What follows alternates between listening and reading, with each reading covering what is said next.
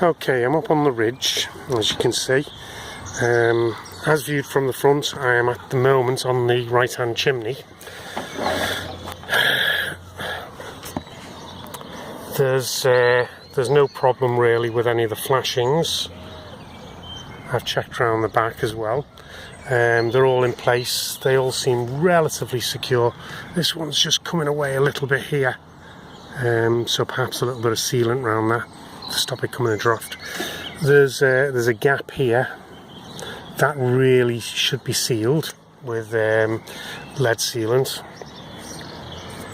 Bringing my attention to the ridge tiles. Now these are secured, or used to be secured in place, with sand and cement or mortar along the top, bedded into place, then pointed here and pointed here on the cross joints. Okay, these are called cap angled ridge, so this one goes underneath there and this one overlaps over the top. They're actually quite a good tile really. As you can see, some of the sand and cement is coming away on the cross joints in places. Okay, nothing to be too concerned about that. It should be replaced, but it's not a major issue. I wouldn't lose any sleep over it. The pointing along the front here seems to be pretty good.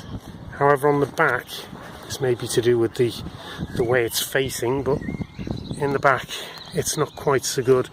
If you can see that it's loose and missing in places, but again it's not really bad. I wouldn't lose any sleep over it. It's going to need attention within the next few years, this. What I would suggest is that anything that's loose or missing is hacked off. You can see that here, that needs hacking off and replacing either with new sand cement, or I tend to prefer mastic on the cross joints. Okay, and again here, take off any that's loose, any that's really solid, leave it in place and just replace the damaged areas.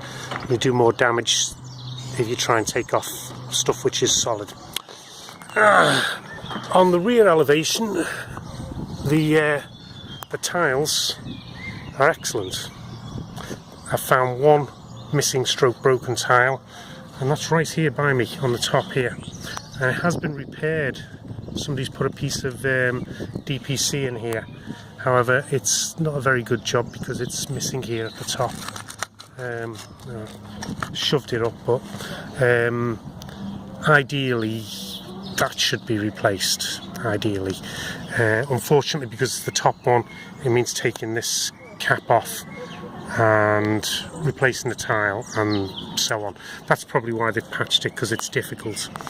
The gutter down there is clean. I don't know if you can see that in this video, but it's clean.